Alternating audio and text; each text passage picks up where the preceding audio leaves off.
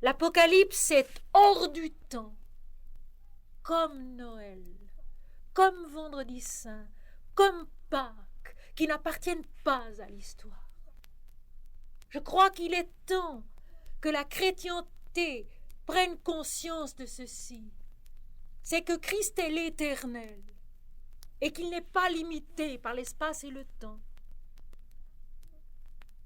L'Apocalypse est hors du temps. Elle est éternellement actuelle en nous, comme la Genèse, comme Noël, comme Vendredi Saint et comme Pâques. Les articulations mêmes de notre naissance à la vie ici-bas, donc à la révélation du Père dans le Fils, à la révélation de Dieu en l'homme. Les 7 églises sont éternelles, elles sont en nous des paliers de notre conscience, de notre vie. Éphèse, le plan de la vie concrète, matérielle, le départ vers un épanouissement dans l'esprit. Éphèse vient du verbe grec éphiémi, qui veut dire partir, lancer, s'en aller à ou vers. C'est donc le départ dans l'aventure concrète, mais spirituelle également, qui va permettre à la vie incarnée de s'épanouir dans la connaissance de l'absolu. Smyrne, la deuxième ville. Smyrne, c'est la myrrhe. C'est le plan vital, le plan de la conscience et de la vie dans son élément spécifiquement vital.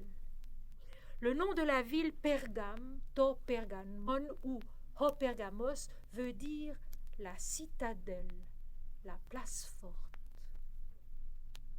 Aucun nom ne pouvait mieux convenir à ce plan de notre conscience que ce nom de citadelle, de place forte, là où notre ego joue un tel rôle, là où il est tellement attaché à soi et où il a tant de peine à mourir à soi, où il se défend avec toute son habileté, avec toute son astuce, avec tous les moyens qui sont à sa disposition pour subsister. Thyatire est le plan mental supérieur, vient de Thuias, transporté de délire. C'est le plan où le mental de l'homme commence à pressentir ce qu'il est capable de capter plus haut. Mais souvent là, il s'égare. L'ego étant encore extrêmement fort en lui, au lieu de consacrer à Dieu ce qu'il conquiert au-dedans de soi, il le consacre à l'homme. C'est là le plan de toutes les sciences occultes, de toutes les fausses visions, de toutes les fausses mystiques qui sont très sévèrement condamnées dans la 4e lettre de l'Apocalypse, la lettre adressée à Thyatire, où il est question de l'adultère. Cet adultère qui dit tellement bien ce qui en est, du latin ad alter, à l'autre. L'homme ramène à soi, à son ego, ce qu'il conquiert dans l'invisible, au lieu de le consacrer à Dieu, c'est-à-dire qu'il le ramène à l'autre et non pas à Dieu. Il s'égare dans la nuit plus profonde encore de l'occultisme, des pouvoirs surnaturels qui n'ont absolument rien à voir avec la véritable vie spirituelle et la résurrection à Dieu. Ici, j'insiste parce que c'est une faute qui est commise constamment depuis le fond des temps et de nos jours encore. On confond facilement sur ce plan-là de notre conscience qui effectivement est attiré plus haut et veut s'épanouir plus haut, on confond la vraie spirituelle qui est tout simplement un don de soi au Seigneur, le don de toute chose à Dieu, avec la recherche des pouvoirs occultes, de l'occultisme, des connaissances au pluriel qui n'ont rien à voir avec la connaissance divine qui est une transparence de Dieu en l'homme. au 21e chapitre de l'Apocalypse, quand la Jérusalem sainte descend du ciel, d'auprès de Dieu, ayant la gloire de Dieu, l'homme transfiguré, recréé du haut de l'esprit, il est dit ceci: la place de la ville est d'or pur comme du verre transparent. C'est-à-dire que le moi de l'homme n'est plus rien d'autre qu'une transparence de Dieu. Voilà la véritable vie mystique. Voilà la véritable résurrection, le véritable accomplissement. Non pas l'accumulation de savoir subtil, extraordinaire. On peut tout brûler, on peut tout jeter, je vous assure. Et les énormes bibliothèques occultes qui s'impriment de nos jours sont à être détruites. Elles encombrent l'homme. Elles ne l'aident pas. L'homme doit devenir transparent, d'or pur, comme du verre transparent. Transparent de qui? Transparent de Dieu, dont il est l'image. Sardes, Sardès, la sardoine, qui est une pierre rouge sang, et aussi parfois avec quelques nervures blanches, c'est la mort de l'ego, la mort du moi individuel sur ce 5e plan de la conscience qui va naître à la blancheur divine, à la blancheur de la vie spirituelle. Et puis, le 6e plan de la conscience et de la vie, Philadelphie, du verbe philein qui veut dire aimer, et adelphos qui veut dire le frère, le double, le semblable, c'est l'amour divin qui en l'homme devient l'identification parfaite, où l'homme n'existe plus que par l'amour de Dieu, pour l'amour de Dieu, où il n'est plus différencié de Dieu que par son amour qui finalement va s'épanouir dans l'absolu, sur le 7e plan de la conscience que les hindous placent au sommet de la tête, ce lotus à 1000 pétales qui s'ouvre sur la plénitude de l'immensité lumineuse, qui dans l'Apocalypse est si admirablement décrite à la fin de la 7e lettre. Voici, je me tiens à la porte et je frappe. Si quelqu'un entend ma voix et m'ouvre la porte, j'entrerai chez lui, je souperai avec lui et lui avec moi. L'absolu, où l'homme est en Dieu et Dieu est en l'homme. Le banquet spirituel dont parlera saint Jean de la Croix. Ce banquet qui n'a pas de commencement et pas de fin. L'homme rentre dans l'éternité, il connaît qu'il est lui-même l'éternité. Voilà l'objet, le véritable objet de l'Apocalypse. La révélation de Dieu en l'homme, la révélation du chemin qui va conduire l'homme à sa résurrection dans l'immortalité. Voici comment le texte continue. Je me retournai pour connaître quelle était la voix qui me parlait, et après m'être retourné, je vis ces chandeliers d'or. Je me retournai. Je me détournai des apparences visibles pour me tourner vers l'intérieur où la voix divine me parlait. Et après m'être retourné, je vis 6 chandeliers d'or, et au milieu des 6 chandeliers, quelqu'un qui ressemblait à un fils d'homme, vêtu d'une longue robe et ayant une ceinture d'or sur la poitrine. La structure du cosmos et de l'homme. Les 6 chandeliers, eh bien ces 6 chandeliers non pas symbolisent, mais sont la structure lumineuse de l'univers et de l'homme. Au milieu des chandeliers, quelqu'un qui ressemblait à un fils d'homme. Et je voudrais qu'on soit très attentif à ce fait qu'il n'ait pas prononcé de nom. La vision ne dit pas au milieu de ces 7 chandeliers il y avait le Christ. Non. Quelqu'un qui ressemblait à un fils d'homme. Et à la fin de la 3e lettre, il sera question du nom nouveau que nul ne reçoit si ce n'est celui qui le reçoit de Dieu. Ce nom nouveau que nul ne connaît si ce n'est celui qui le reçoit de Dieu. Il y a donc là une indication précise, très importante.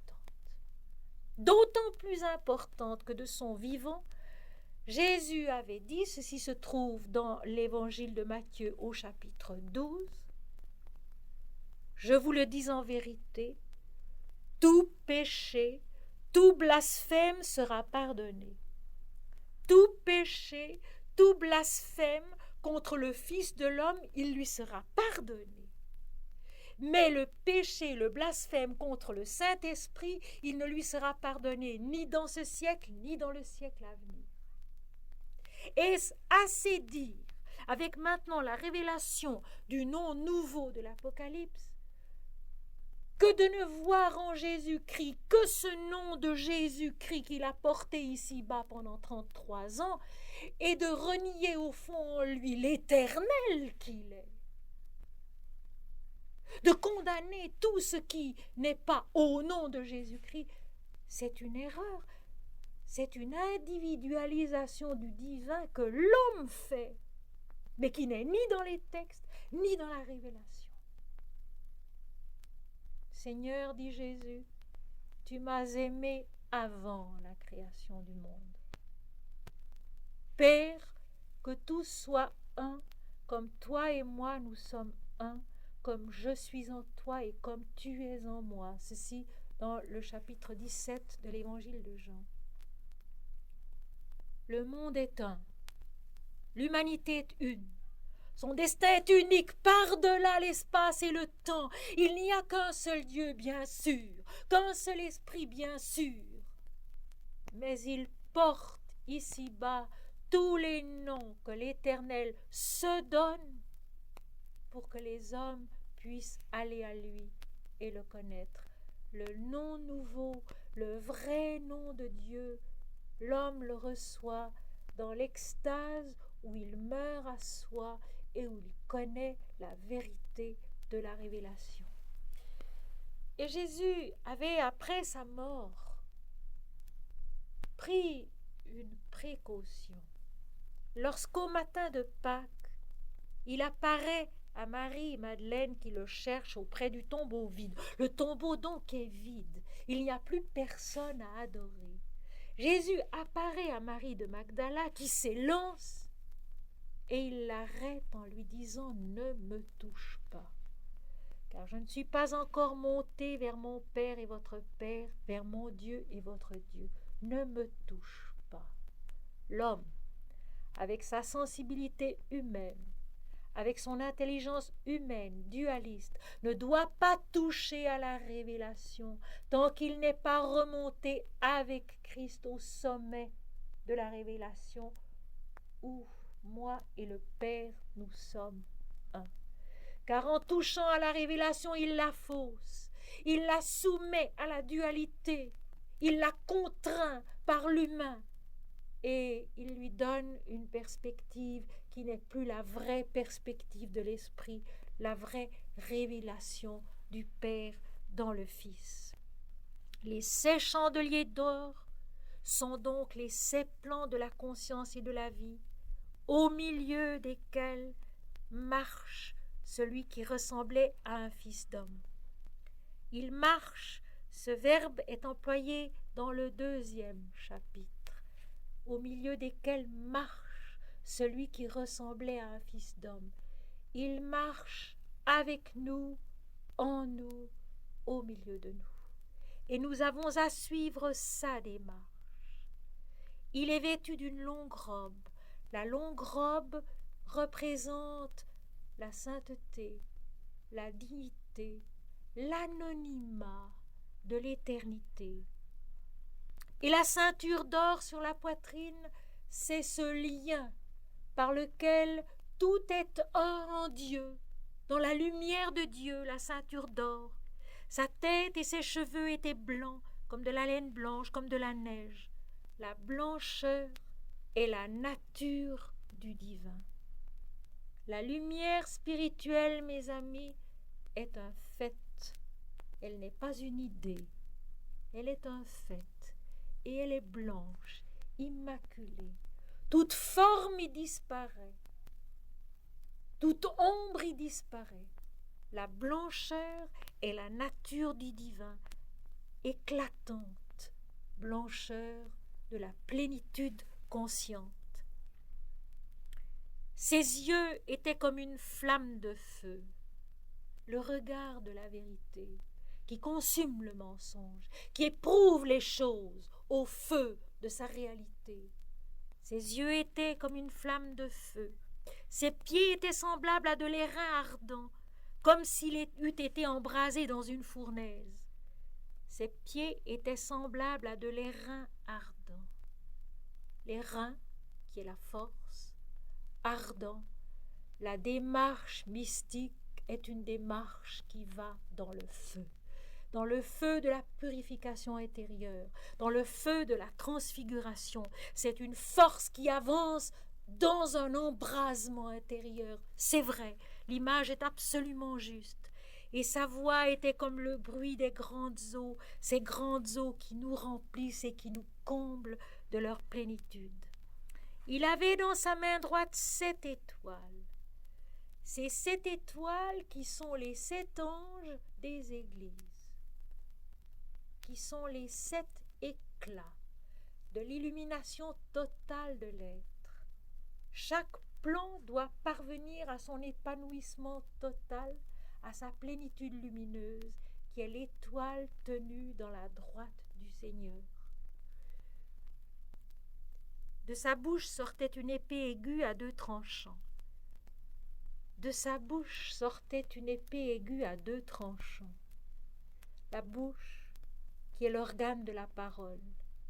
L'épée aiguë à 2 tranchants, qui est le verbe de vérité.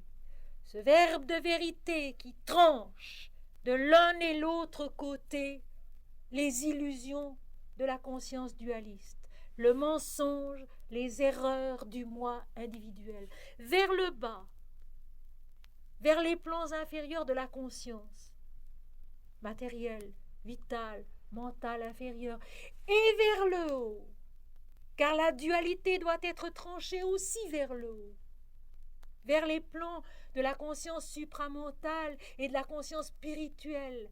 La dualité doit être tranchée jusque dans l'esprit pour retrouver l'unité de l'esprit. Moi et le Père, nous sommes un. Il n'y a plus de distinction entre le Père et le Fils. Ils sont un, depuis toujours et à jamais.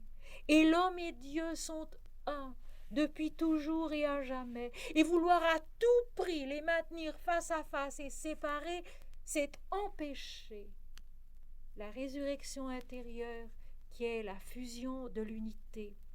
Cette épée qui sort de la bouche, cette épée à 2 tranchants, c'est donc le verbe de vérité qui peu à peu détruit en nous toute cette obsession de la dualité qui nous maintient prisonniers dans ces chaînes et qui nous enfante à l'unité du verbe de vérité, de la révélation.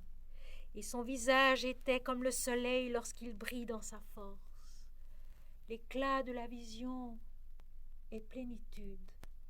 Elle subjugue l'être. Et ce qui reste en nous, après l'avoir connu, ce n'est pas le souvenir d'une forme, c'est une certitude que dès lors, rien ni personne ne peut nous enlever.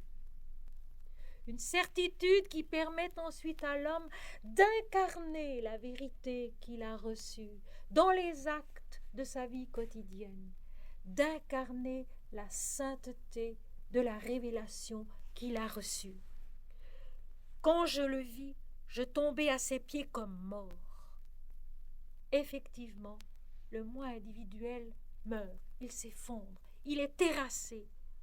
Il posa sur moi sa main droite, la main qui tient donc les 7 étoiles, les 7 églises, qui tient les 7 éclats de l'illumination, et me dit « Ne crains point ».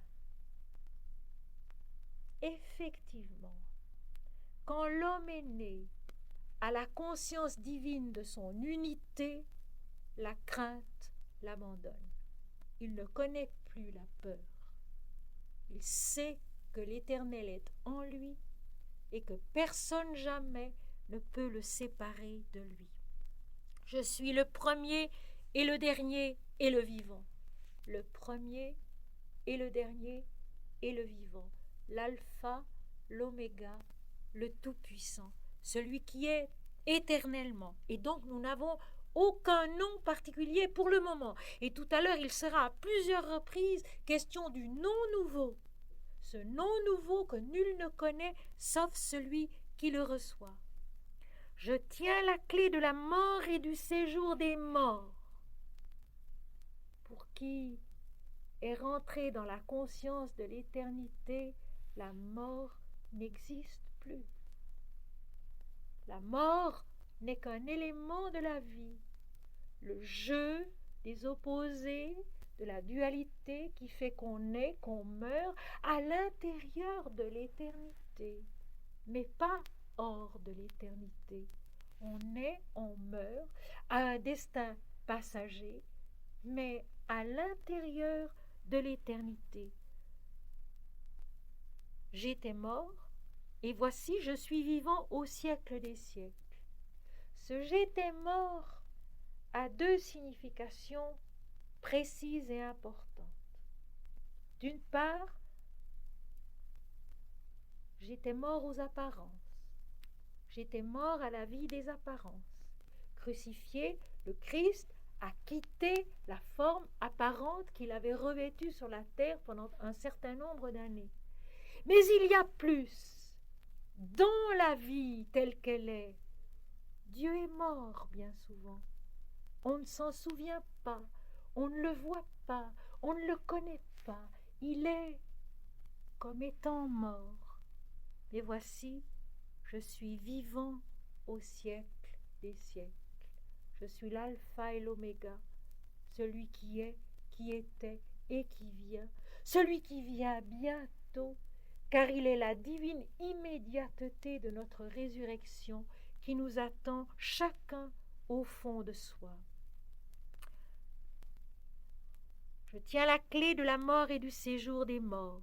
Écris donc les choses que tu as vues, et celles qui sont, et celles qui doivent arriver après elles, le mystère des 7 étoiles que tu as vues dans ma main droite et des 7 chandeliers d'or, le mystère de la vie tout entière, qui est lumière et qui est Dieu, au-dedans de l'homme et autour de l'homme. L'Inde dit avec une grande vérité, le macrocosme est dans le microcosme. L'univers est en l'homme. Les 7 chandeliers d'or sont en l'homme. Ils sont aussi autour de lui. La démarche divine de la lumière qui va à la rencontre de sa toute lumière, de sa révélation totale à l'intérieur de la vie. Les 7 étoiles sont les anges des 7 églises, et les 7 chandeliers sont les 7 églises. Dès lors, qu'est-ce que l'Église? À la fin de ce chapitre se pose le problème de l'Église. Cette Église donc dont Jésus a dit « Je construirai mon Église sur cette pierre ». Pierre, qui est donc Simon, qu'il baptise Pierre, au moment où, ayant dépassé la voie de la chair et du sang, Pierre reconnaît Dieu en Christ. Dieu bâtit son Église en chaque homme, quand celui-ci a dépassé la voie de la chair et du sang, et qu'il a commencé à naître à sa vérité spirituelle, à la connaissance de sa vérité spirituelle. Église vient d'un mot grec, ecclésia, qui signifie l'assemblée, l'assemblée par convocation. Qui convoque? C'est Dieu. Qui est l'assemblée? Eh bien, ce sont tous les hommes, par-delà le temps, par-delà l'espace, à quelque credo qu'ils appartiennent, à quelque pays qu'ils appartiennent. Et c'est aussi l'homme au-dedans de soi. L'homme au-dedans de soi est une assemblée, et plusieurs assemblées. Cette assemblée, ces chandeliers, ces paliers de sa conscience, appelés à renaître peu à peu à leur totale lumière qui est Dieu. Faire des congrès, discuter, se disputer sur l'unité de l'Église, sur ses caractéristiques ici-bas est absolument vain. Car de toute façon, l'Église est une et elle comporte tous les hommes. Et son Seigneur est Dieu. Et c'est Dieu qui l'a bâti. Non pas dans un point géographique du monde, non point à une date historique de l'humanité, mais en nous, en chacun de nous et avec nous tous. Au-delà de la voix insistante et égoïste de la chair et du sang, quand l'homme égoïste s'est tu, pour que Dieu puisse parler en lui et que ce soit l'Esprit en lui qui parle et qui crée l'Église. Dès lors, il n'y a pas de problème historique de l'Église, il n'y a pas de problème dogmatique de l'Église. Dieu est en tous et en chacun. L'univers entier est la lumière révélée des 16 chandeliers au milieu desquels marche celui qui ressemblait à un fils d'homme et qui donnera son nom nouveau à celui en qui la chair et le sang se sont tus. C'est-à-dire où le moi individuel, tellement envahissant et insistant et orgueilleux de l'homme se sera tu, où la conscience de l'homme sera redevenue d'or pur, transparente comme du verre, transparente de Dieu seul. Tel est le chemin mystique de l'homme, tel est le chemin mystique de l'humanité. La mystique, ce n'est pas autre chose que ceci. Moi et le Père, nous sommes un. Jésus dit, moi et le Père, nous sommes un.